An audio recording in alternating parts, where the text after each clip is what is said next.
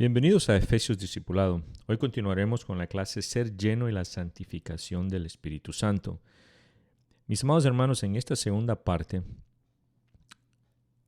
para entender la segunda parte de la santificación por medio del Espíritu, hay dos citas que son claves, pero son bien extensas. Entonces, tomamos a bien con el pastor tomarnos el tiempo para explicar estas dos citas, que son bien extensas. Si a usted se le hace incómodo estar escuchando un video muy largo, entonces usted puede adelantarlo hasta donde comienza a llenar la parte de su hoja. Pero yo le recomiendo que lo escuche todo, porque cuando lleguemos al punto de estar llenando nuestras hojas, iremos solamente nombrando lo que hay que llenar y probablemente no expliquemos mucho porque en sí toda la esencia está en las citas bíblicas que aparecen en la cabecera o en la parte de arriba de la enseñanza. La primera cita bíblica está en Primera de Pedro, capítulo 1, verso 13 al 16. Y aquí en Primera de Pedro 1, 13 al 16, que ya apareció en pantalla, dice así: Por tanto, ceñid vuestro entendimiento para la acción, sed sobrios en espíritu, poned vuestra esperanza completamente en la gracia que os traerá a la revelación de Cristo. Como hijos obedientes, no os conforméis a los deseos que antes tenías en vuestra ignorancia, sino que así como aquel que os llamó es santo, así también sed vosotros santos en toda vuestra manera de vivir, porque escrito está: sed santos, porque yo soy santo. Si antes me hubieran preguntado todo lo que involucra el tema de la santidad, para empezar, muchos no saben que cuando hablamos de santidad tenemos que hablar del Espíritu Santo. Ya lo habíamos mencionado en la clase anterior, no existe santidad si no hay Espíritu Santo.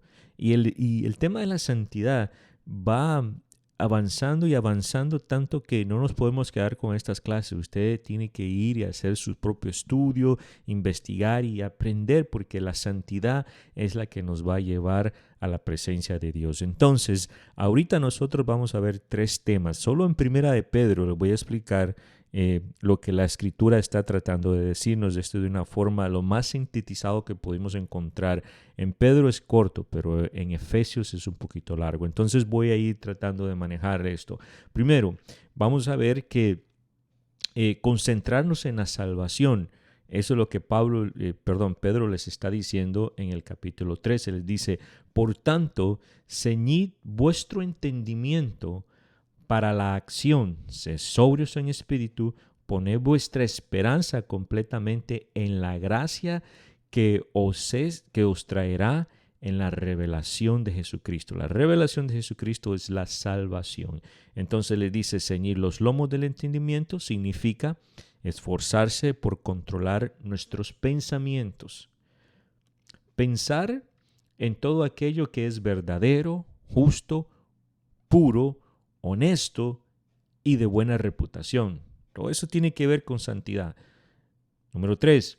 No debemos permitir pensamientos que bajen nuestra moral, como lo dice 2 de Corintios, capítulo 10, verso 3 al 5, dice: Pues aunque andamos en la carne, no luchamos según la carne, porque las armas de nuestra contienda no son carnales, sino poderosas en Dios para la destrucción de fortalezas, destruyendo especulaciones y todo razonamiento altivo que se levanta contra el conocimiento de Dios, y poniendo todo pensamiento en cautiverio a la obediencia de Dios. Aquí nos está diciendo: cuidémonos, no debemos de permitir pensamientos que bajen nuestra moral. Ahora, siguiendo, todo pensamiento debe de ser aceptado por Cristo. Y es aquí donde vemos Romanos 8, 5 al 6, Efesios 23 al 24, Filipenses 2, 5, Colosenses 3, 18, aquí Isaías 26, 3. Mire lo que dice. Acuérdese, lo que vamos a buscar en estos versículos bíblicos es todo pensamiento debe de ser aceptado por Cristo. Romanos 8, 5 y 6 dice, porque los que viven conforme a la carne ponen la mente en las cosas de la carne, pero los que viven conforme al Espíritu en las cosas del Espíritu. Porque la mente puesta en la carne es muerta, pero la mente puesta en el Espíritu es vida y paz. Estamos hablando de que todo pensamiento debe de ser aceptado por Cristo. Ya usted puede ir subrayando en su Biblia todas estas cosas que nos está diciendo Romanos. Ahora Efesios 23 y 24 dice, y que seáis renovados en el espíritu de vuestra mente, y os vistáis del nuevo hombre, el cual es la semejanza de Dios, ha sido creado en la justicia y santidad de la verdad. Filipenses 2:5 dice, haya pues en vosotros esta actitud que hubo también en Cristo Jesús. Colosenses 3:10 dice, y os habéis vestido del nuevo hombre, el cual se va renovando hacia un verdadero conocimiento conforme a la imagen de aquel que lo creó. Y Isaías 26:3 dice, al de firme propósito, guardaos en perfecta paz. Lo que el apóstol nos está diciendo es, ciñamos nuestros lomos del entendimiento. ¿Por dónde viene el entendimiento? Por el oír, y llega a nuestra mente. Y en nuestra mente es donde se procesa todo el entendimiento. Ahí debemos de cuidar todo lo que pensamos, todo lo que hacemos. Pero también dice ese verso, dice, sed sobrios. Encierra dos significados. No intoxicarse con drogas ni alcohol, esa es una de las cosas que habla de ser sobrios, por eso dice maneje sobrio, le dice no intoxicado del alcohol, pero la otra es sobrios de mente y comportamiento, ser controlado en todas las cosas, vivir una vida controlada. El creyente debe de ser sobrio, mostrar una vida bien equilibrada. Ahí nos ayuda mucho la palabra ahí en Primera de Tesalonicenses dice 5 y los versos 6 al 8 dice, por tanto, no durmamos como los que duermen, como los demás, sino estemos alertas y seamos sobrios, porque los que duermen, de noche duermen, y los que se emborrachan, de noche se emborrachan. Pero puesto que nosotros somos del día, seamos sobrios, sabiendo pues la coraza de la fe y del amor y por el yelmo de la esperanza de la salvación. Primera de Tesalonicenses 5, versos 6 al 8.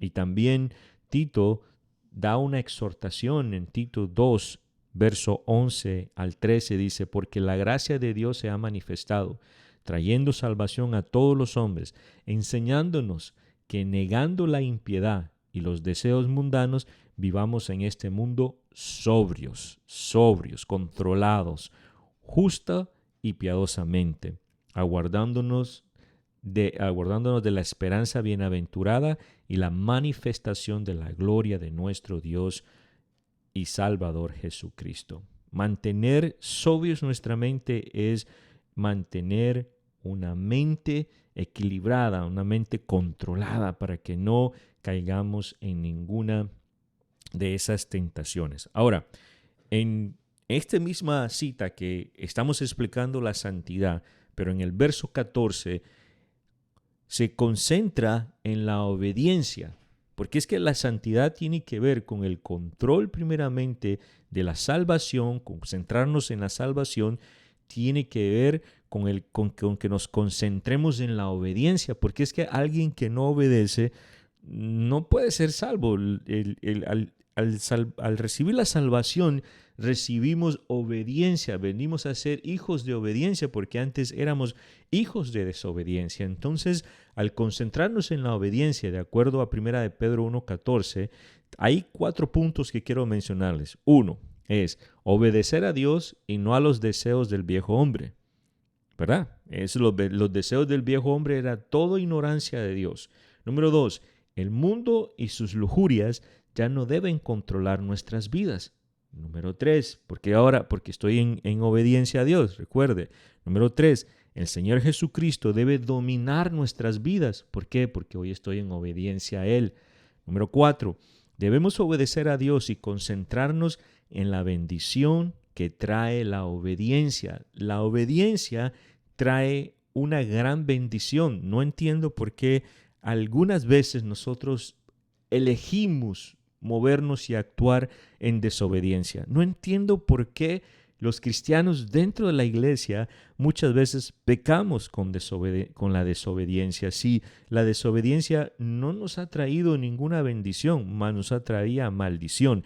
Pero mire lo que dice Mateo 7:21, dice, no todo el que me dice Señor, Señor, entrará en el reino de los cielos, sino solo aquel que hace la voluntad de mi Padre que está en los cielos. Y unos versículos más adelante, en el verso 24 al 27, dice de Mateo 7, dice, por tanto, cualquiera que oye estas palabras mías y las pone en práctica, será semejante a un hombre sabio que edificó su casa sobre la roca, y cayó la lluvia, vinieron los torrentes, soplaron los vientos y azotaron aquella casa, pero no se cayó, porque había sido fundada sobre la roca. Y todo aquel que oye estas palabras mías y no las pone en práctica será semejante a un hombre insensato que edificó su casa sobre la arena. Y cayó la lluvia, vinieron los torrentes y soplaron los vientos y azotaron aquella casa. ¿Y qué cree? Cayó. Estamos hablando de la obediencia. Nuestra obediencia debe permanecer viva, firme. Y usted puede seguir leyendo todos los siguientes versículos, Juan 14, 21 al 23, Juan 15, 10 y 14, y Josué 1, 8, que usted recuerda cuando Dios le habla a Josué, le dice, este libro de la ley no se apartará de tu boca, sino que meditarás en él día y noche, para que cuides de hacer todo lo que en él está escrito, porque entonces harás prosperar tu vida y tendrá éxito. Hasta ahorita, en 1 de Pedro capítulo 1, verso 13 al 16, hemos visto que se concentra en la salvación, en el verso 13, se concentra en la obediencia, verso 14, ahora viene a concentrarse en la santidad, en los versos 15 y 16, que dice, sino que así como aquel que os llamó es santo, así también sé vosotros santos en toda vuestra manera, en qué áreas o en qué manera de vivir, en toda vuestra manera de vivir, dice Pedro, porque escrito está, sed santos porque yo soy santos. Hay tres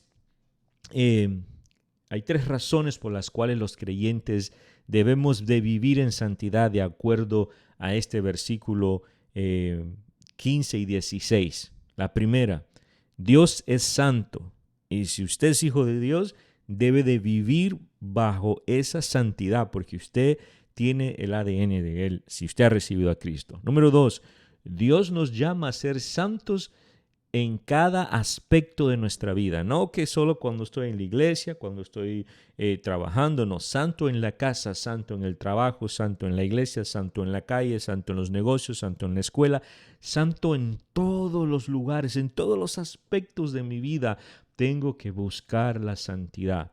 Y número 3, las Escrituras nos exigen santidad. ¿Por qué? Porque ahí mismo, mire aquí, que no había movido, ahí mismo en Levíticos 11:45 dice, porque yo soy el Señor que os he hecho subir de la tierra de Egipto para ser vuestro Dios. Seréis pues santos porque yo soy santo. Eso es lo que dice, Levíticos 11:45, cuando lo sacó de la tierra de Egipto, no lo sacó para ser pecadores, idólatras, no lo sacó para ser inmorales, lo sacó para ser santos. Cuando usted y a mí, el Señor nos sacó del mundo, nos sacó para ser santos, no pecadores dentro de una iglesia, nos sacó del mundo, de la inmundicia, de la idolatría, del pecado, para ser santos. Y segunda de Corintios 7:1 dice, por tanto, amados, teniendo estas promesas, limpiémonos de toda inmundicia de la carne y del espíritu, perfeccionando la santidad en el temor a Dios. Muchos creen que la santidad es ir a la iglesia, cantar, ofrendar. No, la santidad tiene que ver con el temor a Dios. Ese temor nos va a limpiar a través de su palabra, va a limpiar nuestra carne, va a limpiar nuestro espíritu, porque entonces vamos a llegar a ser y a buscar la paz con todos. Fíjese bien, unos hablan de santidad, pero tienen enemistades por todos lados, en la iglesia y fuera de la iglesia. Y Hebreos 12:14 dice, busca la paz con todos. Y después, ¿qué más? Y la santidad, sin la cual nadie verá al Señor. Algunos solo mencionan que sin santidad nadie verá al Señor y se comen el principio del versículo que dice, busca la paz con todos. Amén. Los versículos se aplican todo el contexto, todo el completo, no solamente la parte que a mí me gusta decir, hay que buscar la santidad porque sin ella nadie verá al Señor. Bueno, también busquemos la paz con el hermano, con la hermana, busquemos la paz con el pastor, busquemos la paz con los líderes, busquemos la paz con tu esposa, con tus hijos, porque sin eso nadie va a ver al Señor. No hay santidad si no hay paz. Así es que, hermanos, en esta primera lectura que está ahí en su escritura, eso es lo que está tratando. Y ahora vamos a irnos a la escritura más larga que tenemos. Y una vez más, si usted no quiere escuchar toda esta explicación tan larga, entonces puede adelantar adelantar el video y llegar hasta el punto de la clase. Pero con el pastor platicamos y esto lo vimos bueno, el dar esta explicación, aunque sea larguísima, pero dar esta explicación porque esto lo va a enriquecer a usted con el conocimiento acerca de la santidad. Vamos a seguir explicando ahora. En su material está que la otra cita bíblica es para hablar en todo el entorno de la santificación del Espíritu Santo. Vimos 1 de Pedro 13 al 16, pero también teníamos Efesios 17 al 32, Efesios 4 del verso 17 al 32 y también Efesios 5 del verso 1 al 7. Nosotros por tiempo y por cuestiones de reducir un poco, que creo que no vamos a poder este video, vamos a ver solamente Efesios 4, los versos del 17 al 32. Entonces, miren, si usted se pone a leer todos estos versículos, póngase a leerlos, póngale pausa al video y póngase a leer todos estos versículos del capítulo 4, verso 17 al 32. Y cuando termine, empiece a escribir todas las preguntas que debemos de pensar. Por eso yo le puse ahí, pensemos. A ver si usted saca todas estas preguntas que yo le plasmé aquí en la pantalla. Una de las preguntas que nos hacemos es, ¿cuáles son los pensamientos y actitudes de su vida anterior que todavía influyen en su andar como cristianos? Vamos, algunos o todos tenemos pensamientos y actitudes de nuestra vida anterior que todavía andan con nosotros, hermanos, porque el que comenzó la buena obra la está perfeccionando y usted no está perfeccionado, así es que tanto usted como yo no estamos perfeccionados. Necesitamos hacernos esa pregunta. ¿Cuáles pensamientos? ¿Cuáles actitudes? Y eso es lo que nos pregunta en el verso 17 y el 18 de Efesios 4. ¿Cuáles son esas actitudes? ¿Cuáles son esos pensamientos que usted tiene en su mente? La otra pregunta que nos hace todos esos versículos es, ¿de dónde nace la conducta que no agrada a Dios? Y usted respóndasela ahí mismo. ¿Cuáles son las características de una mente alejada de Dios? Respóndasela también, porque esas son las preguntas que nos hace la Escritura, ¿verdad? ¿Cómo aprender a ser como Cristo un cristiano? ¿Cómo puedo ser como Cristo? Esa es la pregunta que nos hace en el verso 22. ¿Cómo es el viejo hombre? De acuerdo a su opinión, ¿cómo es el viejo hombre? Y si usted puede describir el viejo hombre, pues va a ser capaz de describir también al nuevo hombre de acuerdo al conocimiento bíblico que usted tenga. ¿Cómo se despoja un creyente del viejo hombre? ¿Cómo se despojó usted del viejo hombre? Cuéntese, pregúntese. Si tiene un amigo, si es joven, y llame a un amigo y dígale, mira, hagamos un ejercicio de esta clase que estoy viendo y usted le empieza a explicar. O si tiene a su esposa, a su familia, reúnanse, platíquense. ¿Cómo tú te despojaste. Pregúntale a sus hijos o usted como padre, cuénteles cómo usted se despojó de ese viejo hombre. Cuéntele a su esposa y que su esposa cuente cómo ella se ha despojado de esa vieja mujer que era antes pecadora. Cómo o por qué es también necesario revestirnos del nuevo hombre, según el verso 23 de Efesios 4. ¿Cómo comienza este paso? Todo eso es lo que nos está preguntando Efesios y nos está dando la respuesta también Efesios 4, 17 al 32. Si usted quiere escuchar o encontrar un poquito más de respuestas, lea Romanos 12 del 1 al 2, Gálatas 5, 16 y 17 para encontrar enseñanzas que nos ayuden a cumplir esta exhortación. Efesios 4, 22 al 24. Y la última pregunta que tenemos aquí es, ¿cuál es el origen del nuevo hombre? ¿Dónde comienza usted con el nuevo hombre? Cuéntese, pregúntese, ¿cuáles son algunas de sus características? Amén. Fíjese que si ignoráramos todo esto y fuésemos al video, en 10 minutos hubiéramos llenado la hojita, pero sin conocimiento, sin explicación. Invierta un poquito de tiempo para aprender todas estas preguntas que existen en esta escritura y unas posible explicación que le vamos a dar que le pueden servir para el andar en una vida de santidad, porque una vida de santidad es mucho más de lo que nosotros hemos creído todo este tiempo. A ver, el primero es vestidos del nuevo hombre.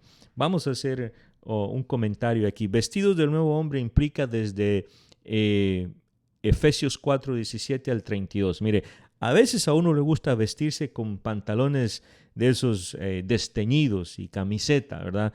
Con tenis. ¿Por qué? Porque de hecho a mí me gustan unos tenis muy viejitos que tengo para trabajar, están rotos, están súper desgastados. No sé si a usted le pasa, pero yo los desgasto del talón de adentro, de la parte de adentro. Están así como medios canteaditos, pero son los que me gustan. Me pongo una camiseta de las más estiradas. ¿Por qué? Porque voy a trabajar y necesito estarme relajado. Entonces, a veces nos ponemos esa ropa sucia o rota y esa ropa nos hace sentir a gusto, muy cómodos, pero en muchas ocasiones no es adecuado.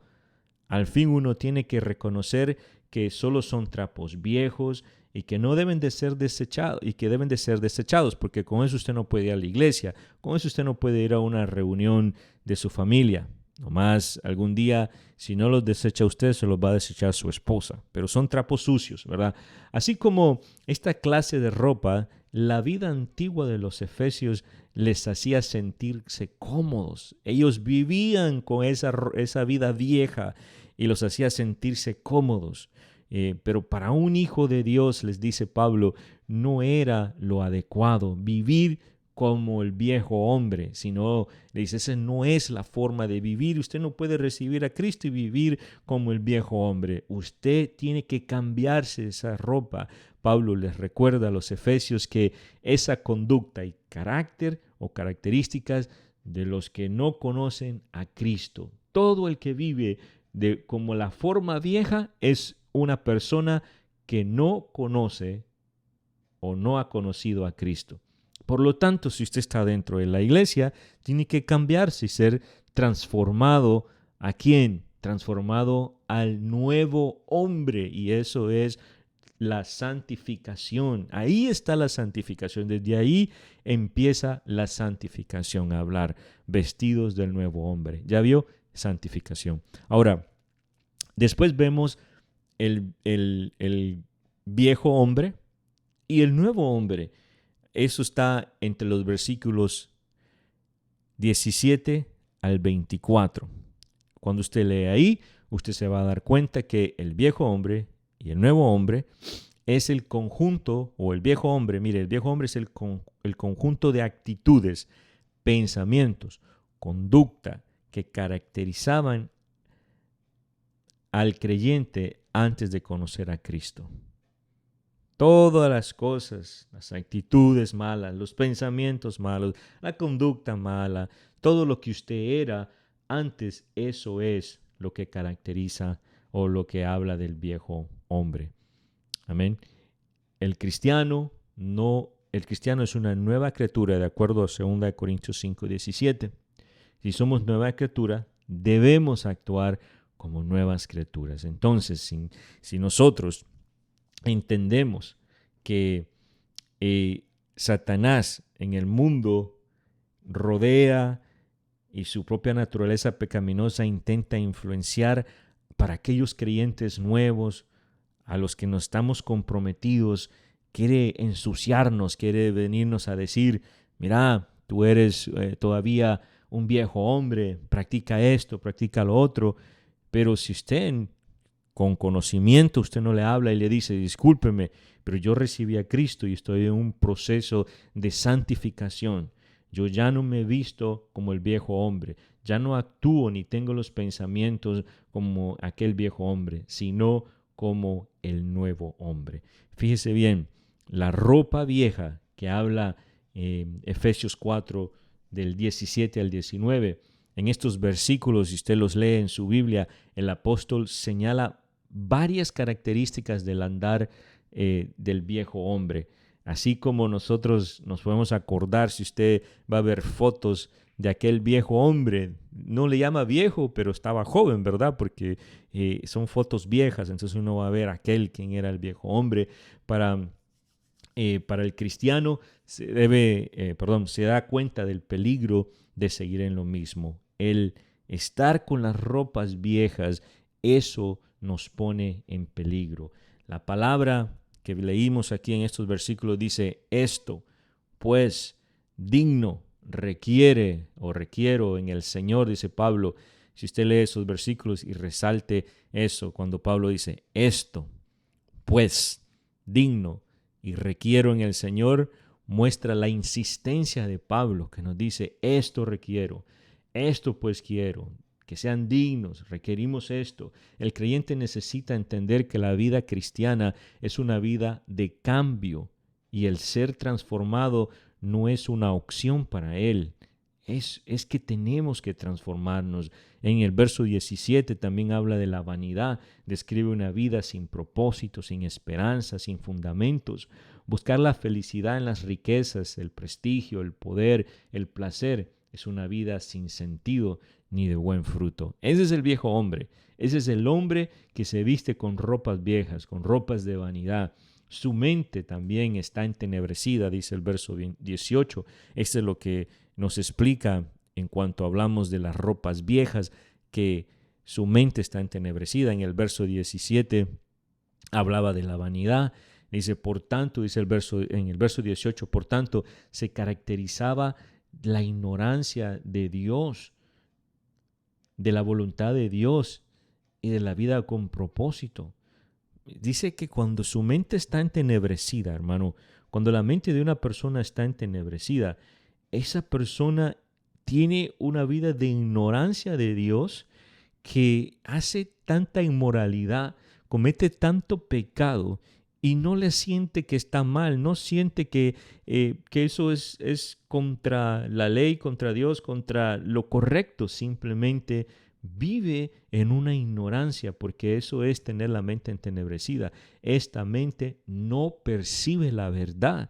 Y entonces nosotros estamos recibiendo esta exhortación de parte del apóstol Pablo en Efesios 4, del 17 al 32, ahorita estamos en el verso 18, donde nos pregunta qué pasó, qué fue lo que entenebreció su mente. Ahora, si usted viene a Cristo y recibe a Cristo y dice que está viviendo una vida en santidad, entonces su mente no puede estar entenebrecida. Amén. Y eso es lo que estamos descubriendo, la verdadera santificación. También en el verso 18 habla de la dureza. Describe el corazón que no conoce a Cristo, es un corazón duro. Dicha persona, hermano, tiene un corazón endurecido porque resiste el conocimiento de Dios y es insensible al vacío que hay en su corazón de Dios. Esa es la dureza. No solo que está entenebrecido su entendimiento, sino que hay una dureza.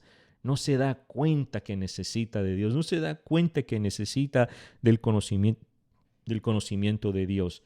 Es insensible, no siente nada. También otra vez tocamos la vanidad, que en el verso 17 hablaba, la vanidad, la oscuridad y la dureza. les llevan o nos llevan a que perdamos la sensibilidad.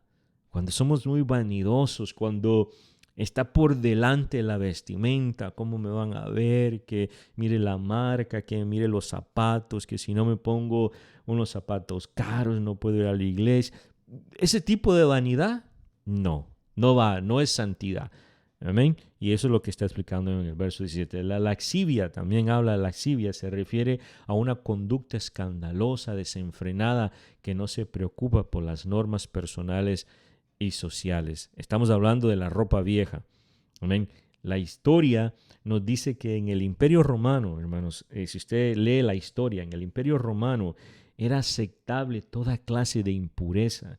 Mire, el homosexualismo no viene de ahorita, viene todavía de allá, de más adelante, ya de los imperios romanos. La prostitución no viene de ahorita, hermano, eso viene desde allá. En los corintios ya practicaban la prostitución, la idolatría, los cultos inmorales, sexuales que hacían dentro de la congregación. Eso no es nuevo, eso ha venido más bien implementándose en nuevas formas de inmoralidad y que a nosotros nos parece, nos asusta, pero hermanos, todo esto es lo que trae la ropa vieja, el recuerdo, el uso de las palabras, la mente, el entendimiento, la ignorancia, el corazón, la sensibilidad, el uso de esas palabras sucias. Pablo aclara que el pecado comienza por dentro de la mente, los pensamientos y las actitudes. Sabe que todas las palabras sucias que usted dice o ha dicho o que un día ha pensado decir, comienzan de dentro de la mente. ¿Por qué? Porque no tiene entendimiento, no tiene ignorancia, tiene un corazón que no está sensible. Y eso es lo que está diciéndole Pablo a las personas que todavía tienen su vestimenta vieja. También las otras cosas que tenemos que ver es la resistencia a Dios. Estas personas resisten a Dios. El egocentrismo, la corrupción están dentro de ellos. También, hermanos, esta gente hace resaltar eso al exterior. Todo lo que tienen, su conducta, sus palabras, la sacan y lo vemos en lo exterior y vemos toda la suciedad que hay en estas personas. Estas personas piensan sucio y después hablan sucio, lo manifiestan todo sucio. ¿Por qué? Porque son ropas viejas. Ese es el estilo viejo, esa es la forma vieja. No tiene santidad. Pero la ropa nueva, que son el otro tema que toca aquí en Efesios, la ropa nueva, lo toca en el capítulo 4 de Efesios 20 al 24 y dice así. El apóstol Pablo sigue enfatizado que la conducta comienza en la mente. Y les dice, si usted lee esos versículos del 20 al 24, él les dice, ¿no habéis aprendido? Estamos hablando de las ropas nuevas. ¿Habéis sido por él enseñado? Les pregunta, la figura del discipulado nos lleva a estos versículos. ¿Por qué? Porque en el discipulado nosotros aprendemos. Y aquí lo que el apóstol está diciendo, ¿no habéis aprendido que eso no se hace? ¿No has sido enseñado tú? Cuando vimos el pecado, cuando vimos el arrepentimiento, cuando vimos del perdón, cuando vimos de la aceptación del Padre, cuando hemos visto muchos temas. Entonces, cuando nosotros nos equivocamos, es así que nos confronta la palabra, como el apóstol está confrontando. ¿No habéis aprendido? Les dice. ¿No habían sido ustedes enseñados a no hacer esto? ¿Por qué lo están haciendo? A los que tenemos ropa nueva nos dice, ustedes ya fueron enseñados, ustedes ya aprendieron ustedes que no es así. Entonces, por eso el discipulado es muy importante, hermanos, que usted se mantenga aprendiendo. El discipulado cristiano los hace aprender de Cristo. Por eso es que debemos de enfocarnos en ese aprendizaje de Cristo, hermanos, porque eso es lo que el discipulado tiene en su mente, su propósito es que todos aprendamos de Cristo. Jesucristo es la lección. todos los martes. Jesucristo es nuestra mente, Jesucristo es nuestra conducta, Jesucristo son las normas para nosotros los creyentes, cómo vivir. Todo debe de ser Jesucristo, Jesucristo, Jesucristo. Amén. También en esos versículos vemos la explicación de que somos sensibles a la enseñanza o no somos sensibles a la enseñanza. O somos duros e insensatos como los que no conocen de Cristo, o somos sensibles, somos blandos, no somos duros, sino somos personas blandas que nos gusta aprender de Jesucristo. ¿A cuántos hay que rogar y dicen que son santos, que viven una vida en santidad, pero hay que rogarlos para que vengan a aprender de la palabra? Escuche, hermano, escuche. La ropa nueva tiene que ver con aprendizaje, con el conocimiento de Cristo. Y si usted no aprende de Cristo en estos discipulados, pues usted no puede ponerse ropa nueva porque no tiene cómo hacer esa ropa nueva. Además, hermanos, Jesucristo es nuestro maestro. De acuerdo al verso 21, si usted lee, Él es nuestro maestro. Cuando Él estuvo en la tierra, enseñó la conducta que el pueblo debe de manifestar. Por ejemplo, en Mateo, usted vaya y busque a Mateo 5 al 7. Ahora, por las palabras de Pablo, ahora por las palabras del Espíritu que vienen al creyente, Jesucristo educa a su pueblo. Jesucristo quiere educar, Él vino a educarnos y tenemos que aprender y tener ese constante conocimiento. También hay un mandato en el versículo 17, del capítulo 4. Ahorita estamos tocando todo el capítulo 4 del verso 17 al 32, pero me gustaría que si tiene su Biblia ubique el versículo 17, el versículo 22, el versículo 23 y el versículo 24. Y mire estos mandatos que nos dan aquí. En el verso 17 dice, no andéis como los otros. Ese es un mandato. No andéis como los pecadores. No andéis como los de la calle, los del mundo. Andemos como los que son de Cristo. El mandato en el verso 22 dice, despojaos del viejo hombre. Ya no más camine con la ropa del viejo hombre. Ya no más camine con la actitud del viejo hombre. Despójese, déjeselo a un lado. Otro mandamiento en el verso 23 dice, renovaos en vuestra mente. Renovaos en vuestra mente. Cambie vuestra mente. Transforme su mente. El verso 24 dice, vestidos del nuevo hombre. En el verso 23 es muy importante porque el verso 23 dice, renovaos en vuestra mente. ¿Por qué es importante? Porque en la guerra contra el pecado necesitamos renovar nuestra mente. Constantemente debemos de renovarnos en el espíritu de nuestra mente. ¿Qué significa ser renovados de nuestro espíritu? Es mantenernos en un constante aprendizaje. ¿Cómo usted va a pelear contra el enemigo si usted no se renueva su mente, no renueva su espíritu en constancia? ¿Por qué? ¿Cómo se renueva? Por medio del aprendizaje. Si usted no aprende, usted va a ser el mismo todo el tiempo, el mismo cristiano que vive bajo el temor o el mismo cristiano que vive bajo las malas prácticas. Necesita, por medio del aprendizaje, renovar su mente. Lo único que renueva en la mente o en el espíritu, lo que nos renueva, el renuevo del espíritu, es el crecimiento constante en la palabra. Otra vez, volvemos a la carga. El discipulado nos está renovando nuestra mente. Una mente renovada es una mente clave. El cristiano es responsable de una transformación constante de sus pensamientos, de sus actitudes, de sus valores, de sus motivaciones. ¿Qué lo motiva?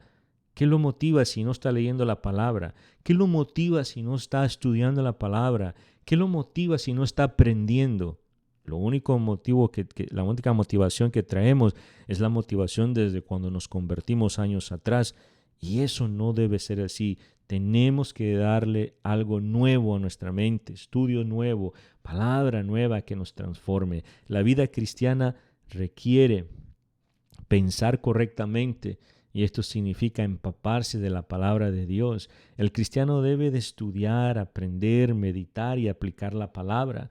No solamente escucharla, sino debe estudiarla, debe de aprendérsela, debe de meditarla y después debe de aplicarla. En la palabra de Dios, Dios enseña lo que Él ha hecho para que avancemos y venzamos al pecado. No es a través de lo que comentarios o pensamientos de otras personas que vencemos al pecado. De la única forma que podemos vencer al pecado es por medio de el estudio de la palabra, de la enseñanza de la palabra. Allí es cuando vamos a ser más que vencedores por medio de su palabra. Nos enseña que tenemos que hacer para hacer cambio, para cambiar y cumplir la voluntad de Dios. La palabra es la que nos enseña qué vamos a hacer, cómo vamos a poder cumplir con buena voluntad la palabra de Dios. Es la espada del Espíritu, dice Efesios 6:17, es la espada del Espíritu para defendernos de las huestes espirituales. ¿Cómo que siendo la espada del Espíritu solo la cargo pero nunca la desenvaino? No, hay que sacarla, hay que conocerla, hay que saborearla, comerla para poder hacerle frente al pecado. El pecado, dijo a un hombre sabio, un predicador, dijo, ¿el pecado te alejará de la palabra de Dios o la palabra de Dios te alejará del pecado? ¿Qué lado estamos? ¿De qué lado está usted? ¿Del lado del pecado que lo ha alejado de la palabra o del lado de la palabra que lo ha alejado del pecado? Ahí le dejo eso para que medite. Pablo también escribió que la Biblia es útil. ¿Se recuerdan cuando le dijo a Timoteo, le dijo, hijo mío, la palabra es útil ¿para qué? Para enseñar, para redarguir, para corregir, para instruir en justicia, a fin de que el hombre de Dios sea perfecto, enteramente preparado para toda buena obra. Pensemos un poquito. ¿Qué estamos haciendo para alimentarnos diariamente con la palabra santa y renovar nuestro entendimiento? ¿Qué está haciendo usted? Algunos se quejan de este discipulado, algunos se quejan de estar sentados una hora, algunos se quejan de que tienen mucho trabajo y no pueden ir al discipulado, algunos se quejan de que un video, que papelitos para llenar, algunos se quejan de muchas cosas, pero ¿qué está haciendo entonces usted para poder aprender, alimentarse diariamente de la palabra? Si usted no tiene palabra, ¿cómo usted va a enseñar? ¿Cómo va a redarguir? ¿Cómo va a corregir? ¿Cómo va a instruir a sus hijos, a otros en la iglesia? ¿Cómo van a perfeccionar a los hijos de Dios, los que están enfrente de un liderazgo, si no entienden la palabra, si no la comprenden, hermanos? Muchas cosas estamos desperdiciando de hacer porque no entendemos la palabra. Seamos buenos discípulos de la escuela de Cristo para transformarnos en lo más profundo de nuestro ser y de nuestros pensamientos. Si no buscamos la palabra, si no nos alimentamos, hermanos, vamos a caer en un error. Nos va a separar el pecado de la palabra en vez de que la palabra nos separe del pecado. Amén. Y en el último verso 24 de la ropa vieja, que recuerde que está entre los versículos 20 al 24, también está en el 24, verso 24, dice, si usted lo lee todo, dice, puede traer esta enseñanza. Dice, con la misma decisión con que nos quitamos la ropa vieja, el cristiano debe poner los nuevos pensamientos y conducta que se caracterizan por la justicia, la santidad y la verdad. Yo le estoy resumiendo lo que leí del verso 24. El viejo hombre tiene deseos que engañan. Por eso es que debemos de dejar, ¿verdad?, el viejo hombre. Y debemos de vestirnos de lo nuevo. Pero el nuevo manifiesta la verdad de Dios. Hasta aquí hemos explicado en general lo que es vestidos del nuevo hombre del del capítulo 4, verso 17 al 32, ahí está en pantalla. De ahí desglosamos a ver el viejo hombre y el nuevo, que empieza en los versículos 17 al 24. Luego hablamos también de la ropa vieja, que habla en los versículos 17 al 19, la ropa nueva, que habla en los versículos del 20 al 24, y ahora veremos las relaciones que agradan al Espíritu. Las relaciones que agradan al Espíritu está toda entre el versículo 25 hasta el versículo 32. Vamos a explicar un poquito. Mire, estos pasajes que siguen son muy especiales y motivadores y también son prácticos. En el versículo 25, antes de empezar a explicar los airados sin pecar, vamos a explicar el versículo 25. El versículo 25 dice, decir la verdad. O sea, lo que nos exhorta el versículo 25 como personas santificadas es a decir la verdad. La mentira, el engaño, la hipocresía son costumbres ¿de cuál hombre? ¿Del viejo o del nuevo? A ver, respóndame usted que está escuchándolo. Exactamente. Son costumbres del viejo hombre. ¿Cuáles son las costumbres del nuevo hombre? Él dice y vive la verdad. Es exactamente el argumento de Pablo. Es que los creyentes somos miembros los unos de los otros. Entonces no se puede o no se debe mentir uno mismo. Si mentimos a otro cristiano, estamos destruyendo la confianza que protege la armonía del cuerpo de Cristo. Aun cuando una persona es cristiana, es tentada a engañar. La mentira es decir o aparentar algo que no es verdad. Algunos lo hacen sin darse cuenta porque lo han aprendido como método de supervivencia que nos lleva a caer en esta tentación. Mire, por ejemplo, cuando uno ha fallado o ha cometido un error en el trabajo, en los estudios, en la iglesia, en la casa, se piensa que la mentira nos protege de la vergüenza. Los jóvenes cuando tienen mala nota la esconden, no se las presentan a los padres. Amén. Cuando tenemos relaciones malas en la iglesia o hemos mentido en la iglesia, echamos una mentira y creemos que con esa nos hemos librado de la vergüenza. Las excusas que se dan pueden contener un poco de verdad, pero mucha falsedad. Alguien puede llegar tarde a una sesión o a las reuniones, que es común, y comentar que había mucho tráfico, cuando nosotros sabemos que él salió tarde de su casa. Cuando las reuniones son a las 5 de la tarde y usted llega a las 5:30. A las 7:30 y llega a las 8. Es que había tráfico, es que la lluvia, es que no era lo que pasó. Muchas cosas. Mentira, mentira, mentira. Y eso es lo que nos exhorta en el versículo 25, a que nosotros no vivamos en la mentira, sino que vivamos en la verdad. El cristiano necesita amar la verdad y ser sensible al pecado de engaño. Estamos hablando de santidad.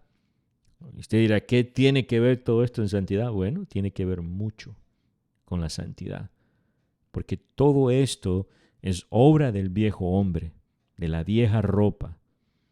Y si usted sigue practicando eso, usted vive en la carne, usted no vive en el Espíritu.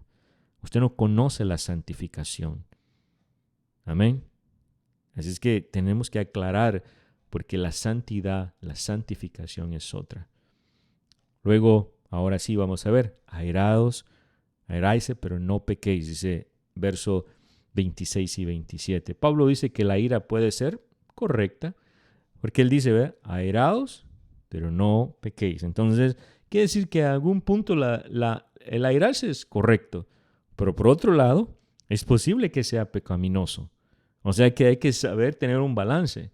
Amén. Hay que saber tener un balance, porque cuando dice airaos, sí puede airarse. Pero cuidado con cruzar al nivel de pecado. Entonces, Dios manifiesta la ira. ¿Se acuerdan cuando Él deshizo todas aquellas ventas que había en el templo? Él se airó. Amén. Entonces, se airó, pero no pecó. En Efesios 5:6 también dice, nadie os engañe con palabras vanas, pues por causa de estas cosas la ira de Dios viene sobre los hijos de desobediencia. Mire bien lo que dice Efesios 5:6. Dice, que nadie os engañe con palabras vanas, pues por la causa de estas cosas la ira de Dios viene sobre los hijos de desobediencia. Y aquí es donde nosotros debemos de tener cuidado, porque por causa de la ira, por las palabras vanas, por los engaños. Por eso es que causa la ira de Dios y que viene sobre ¿quiénes? Sobre los hijos de desobediencia. Yo espero que usted no sea un hijo de desobediencia. Cuando el creyente actúa motivado por el celo a la santidad, a la justicia, cuando defiende la reputación de Dios, la ira puede ser correcta, ¿verdad?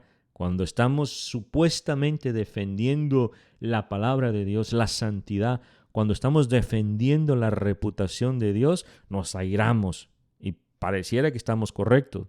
Debemos mantenernos en los márgenes que indican que estamos correctos, porque nos podemos cruzar. Asimismo, cuando se defiende a usted a sí mismo, se está defendiendo con ira, está actuando con ira, ¿verdad? Cuando defiende a otra persona, cuando defiende a Dios, la ira puede ser justificada. Pero todo depende cómo, todo depende si usted no cruza. Ahora, la ira que es justa es la que se controla, no la que se desenfrena. Eso debemos de aprender. Que es que no solamente es estoy airado y no estoy pecando, ¿verdad? Hágase una autoestima usted mismo, un autoanálisis, quiero decir. Hágase un autoanálisis. ¿Cómo es su ira? Su ira está controlada porque Jesús se airó, pero no se descontroló, no se desenfrenó. Que haya botado todas las mesas de las ventas y todo eso, no es que se haya desenfrenado. Amén. Sin embargo, la ira del hombre generalmente está motivada ¿por qué?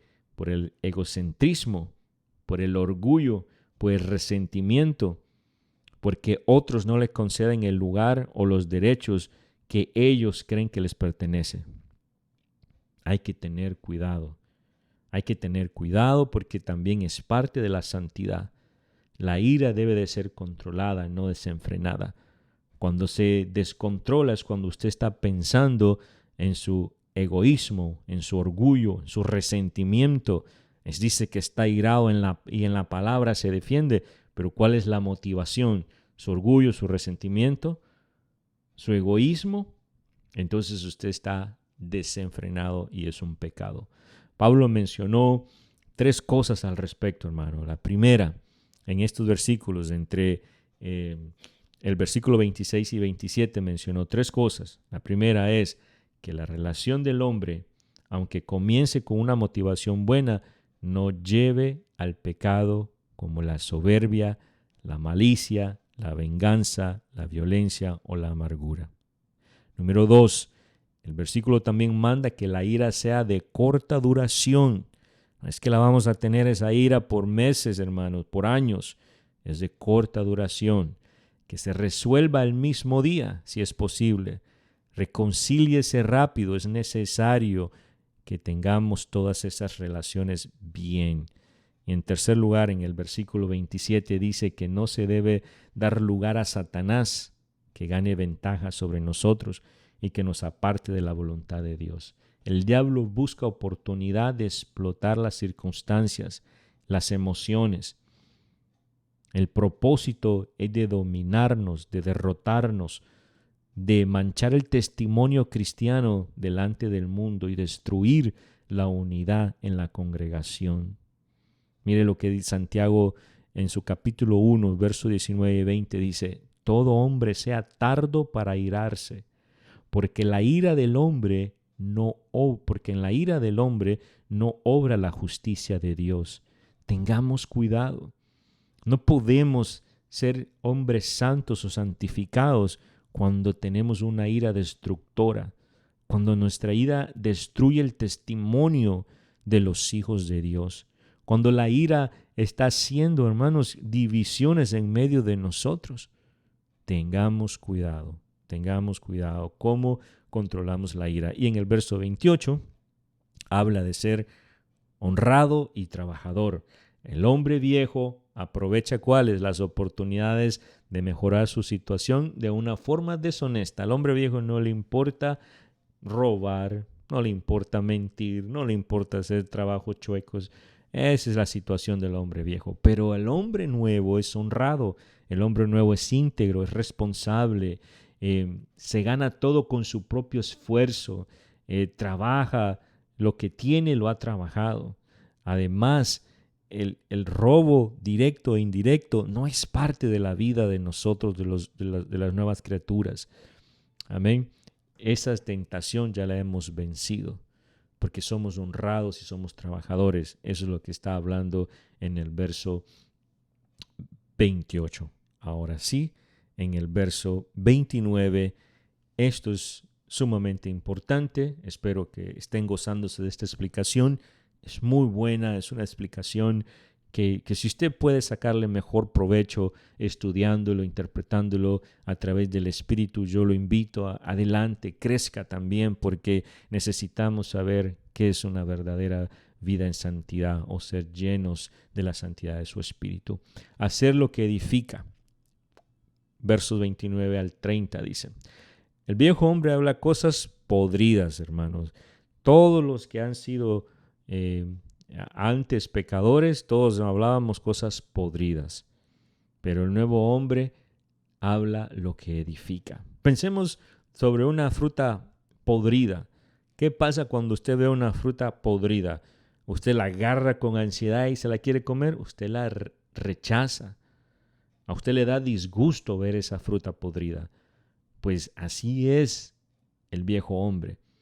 El viejo hombre habla cosas podridas, pero nosotros no hablamos cosas podridas. Las cosas podridas se refiere a las palabras vulgares, a las palabras que atacan. Esas son palabras, esas son fruta podrida. Esas son cosas podridas. Cuando usted habla cosas vulgares en el trabajo, que se le cayó un martillo, que le salió mal un trabajo y lo tiene que volver a hacer y saca aquella palabra vulgar. Eso es, hermano, cosas podridas que habla el hombre. Usted no debe de hablar esas cosas. Palabras que atacan a la congregación, que atacan al pastor, que atacan a los líderes, que atacan a los mismos hermanos. Palabras que humillan. Esas son palabras podridas de personas que todavía viven bajo el viejo hombre. Palabras que critican, esas conversaciones de horas para criticar a otros hermanos. Palabras que culpan, solo aquel es el culpable, solo aquel es el pecador y usted nunca hace nada. Recuerde el pasado, cuando en sus palabras le recuerda el pasado a las otras personas. Palabras que se burlan, palabras amenazadoras, palabras que solo las usan para poder destruir. ¿Qué decir del sarcasmo que hiere? Las bromas con sentido de ofensa, aquellas bromas que se están diciendo para ofender, pero en son de broma se ríe. Su cara tiene una sonrisa de como, jaja, me estoy burlando de ti, pero al mismo tiempo es una broma, acéptala. Solo para ofender. Las murmuraciones. Hermanos, Aarón y María murmuraron contra su propio hermano y terminaron con lepra. Murmuraciones que rompen amistades y otros errores semejantes. Eso es lo que habla en el verso 29 y 30, que habla acerca de hablar cosas que edifiquen. Usted no tiene una boca sucia después de haber sido transformado, cambiado por la palabra, cambiado por el Espíritu. Nosotros debemos de decir cosas que realmente bendigan. En el verso 31 dice: se ha quitado de vosotras toda amargura. ¿Qué dice? Se ha quitado de vosotros toda amargura, enojo, ira, gritos, maledicencias, así como toda malicia. Oiga bien, así como toda malicia. ¿Qué quiere decir? Que con sus labios debe de edificar, porque ya en Efesios 4:31 nos dice que ya se ha quitado de nosotros la amargura, el enojo, la ira, los gritos, maledicencia y así como toda malicia. Entonces, ¿qué quiere decirnos esto? Es que salga de su boca palabras que edifiquen. Llena la necesidad del momento, hermano, que cuando usted está hablando llene la necesidad de esa persona. Que cuando usted esté hablando, que dé gracias a los que lo oyen, o sea, que sea de gracia para aquellas personas que lo oyen. Y que lo que va a producir es que la gente lo quiera oír a usted. porque sus palabras son de ánimo, sus palabras son de estímulo, sus palabras son de afecto, sus palabras son de admiración, de agradecimiento, de compromiso, de apoyo, de entusiasmo. Estas son las palabras que dan apoyo y consejo, que piden perdón, que sanan, que hieren, que conocen que todos somos frágiles y las que comparten alegría y sueños y metas. No palabras que hieren, no palabras que, hermano, lo único que hacen es destruir. No, dice Efesios 4:31, que se ha quitado de nosotros toda esa amargura. Usted no puede aconsejar con amargura. ¿Cómo usted puede enseñar con amargura? Cuénteme. ¿Cómo usted puede enseñar con enojo? ¿Cómo puede enseñar la palabra de Dios con gritos? ¿Cómo puede enseñar la palabra de Dios con maledicencias? ¿Cómo puede enseñar la palabra con malicia? Yo no sé si se pudiera eso, pero le pregunto, ¿cómo usted lo hace? Y si lo está haciendo, tiene que cambiar. La santidad nos requiere también eso. Santiago 3:2 dice, si alguno no ofende en palabra, fíjese bien, si alguno no ofende en palabra, dice, este es varón perfecto, capaz también de refrenar todo el cuerpo. Si usted controla su lengua, hermanos, para decir todas estas malas palabras, para decir todas estas palabras groseras, humillantes, murmuradoras, que atacan, que culpan, que recuerdan el pasado, que se burlan y que amenazan, pues hasta entonces usted va a ser capaz de refrenar su cuerpo. Mire qué tremendo lo que dice Santiago. Los cristianos debemos de estar conscientes de que la comunicación incorrecta a menudo destruye a la iglesia. Cuando hay una mala comunicación en la iglesia, eso nos destruye. La mala comunicación, ¿sabe qué? Sustituyámosla por chisme, sustituyámosla por murmura, sustituyámosla por inconformidad. Sustituyamos la mala comunicación por eso. Destruye a la iglesia. Por ejemplo, la práctica de criticar a otros. Eso es algo común en todas las iglesias. Y las personas que lo hacen dicen que son santas, que viven en santidad, que critican porque son más santas que los que están criticando. Si nos damos cuenta de que algunos han fallado o pecado, antes de ir a decírselo a otras personas que ni están haciendo ni van a hacer nada por esa persona que ha fallado o ha pecado delante de Dios, debemos de ir a hablar con la persona y preguntarle, ¿en qué le puedo ayudar? ¿Cómo podemos sacarlo de ese problema? O ir a buscar la palabra en Gálatas 6:1, Mateo 18:14, nos dan instrucciones cómo ayudar a esta persona. Pero no, lo que hacemos es correr y ir a hablar. ¿Por qué? Porque como dice Santiago, si alguno no ofende con su palabra, este es varón perfecto, capaz también de perfeccionar todo su cuerpo. Pero no, estamos diciendo que somos santos y alguien cae en pecado, alguien está cometiendo un error y lo que corremos es a chismear, a contarle a todo el mundo, en vez de hacer lo correcto, ir donde nuestro pastor, ir y decirle, pastor o líder, si usted no es un líder, ir donde su líder, mire, mi amado líder, quiero contarle que el señor o la señora, el hermano o la hermana cayó en pecado, está en este problema. ¿Cómo lo podemos ayudar para que se restaure? ¿Cómo lo puedo ayudar para que salga de ese error? Llévelo con personas maduras espirituales que sean capaces de ayudarlo a resolver el problema a través de la palabra. No, pues la santidad de algunos es crucifíquenlo. Pónganle muchos látigos. No es eso lo que nos está diciendo el hablar y edificar. En general, debemos de guardar la información negativa dentro de un círculo pequeño, reducido, porque usted no quiere que todo el mundo sepa que esta persona está en pecado. ¿Para qué?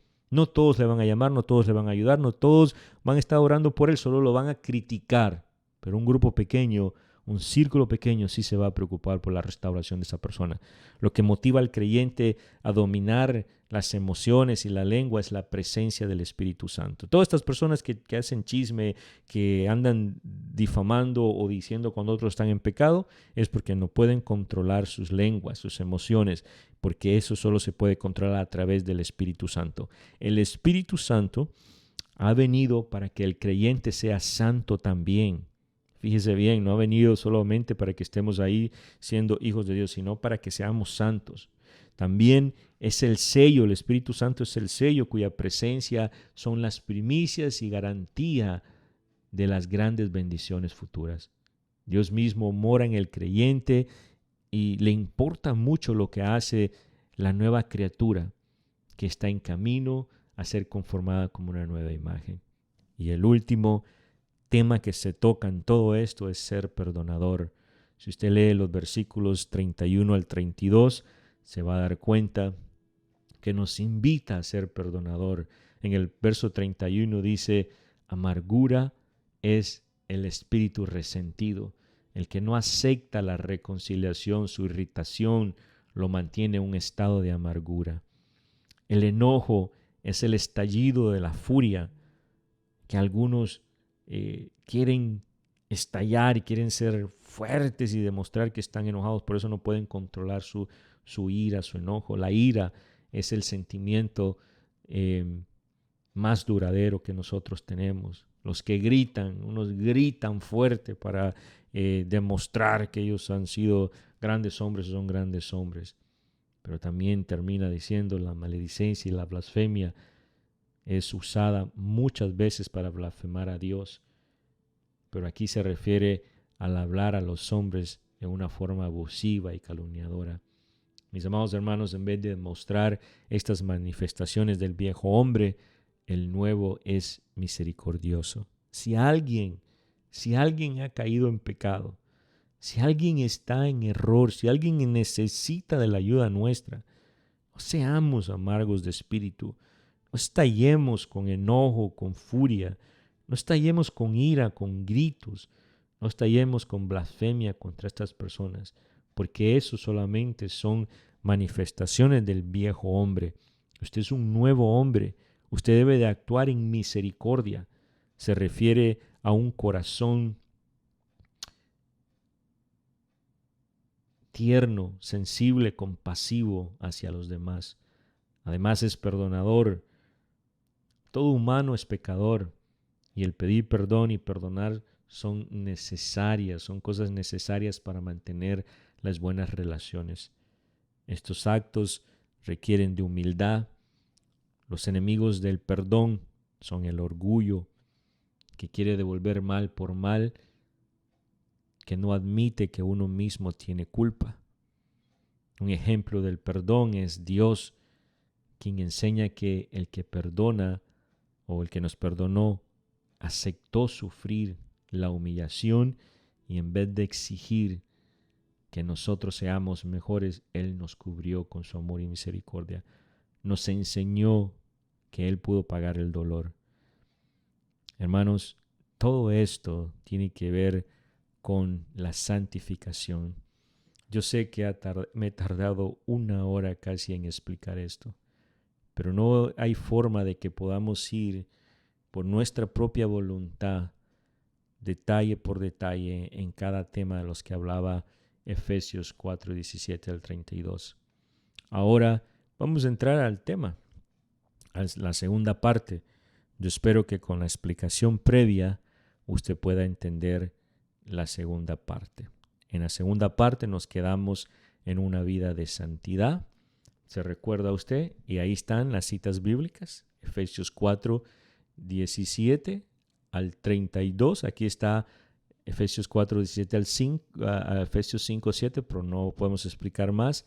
Está Primera de Pedro 13 al 16. Entonces, si usted no quiere escuchar todo lo que explicamos anteriormente, pues solo tiene que adelantar el video y colocarlo aquí, una vida de santidad.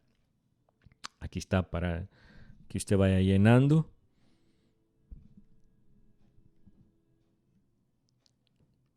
El Nuevo Testamento o en el Nuevo Testamento hay amplia evidencia que la vida de santidad es la norma de vida para los cristianos. Ahí eso usted lo encuentra en Efesios 4:17 a Efesios 5:7. En las Escrituras hallamos algunas instrucciones detalladas de la manera que el cristiano debe de vivir, y para eso teníamos que ver Efesios 4:17 al 5. Hallaremos ejemplos acerca de la vida en santidad que todo cristiano debe de vivir.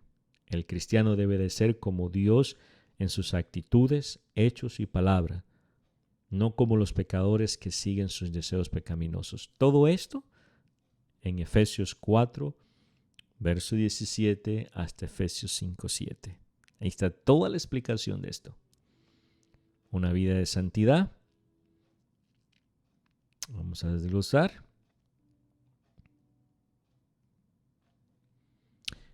El fruto del Espíritu Santo en la vida del cristiano es bondad, justicia y verdad. Ser santificados por el Espíritu traerá como resultado una vida santa porque Dios es santo y ha hallado a su pueblo, o ha llamado a su pueblo, a ser santo.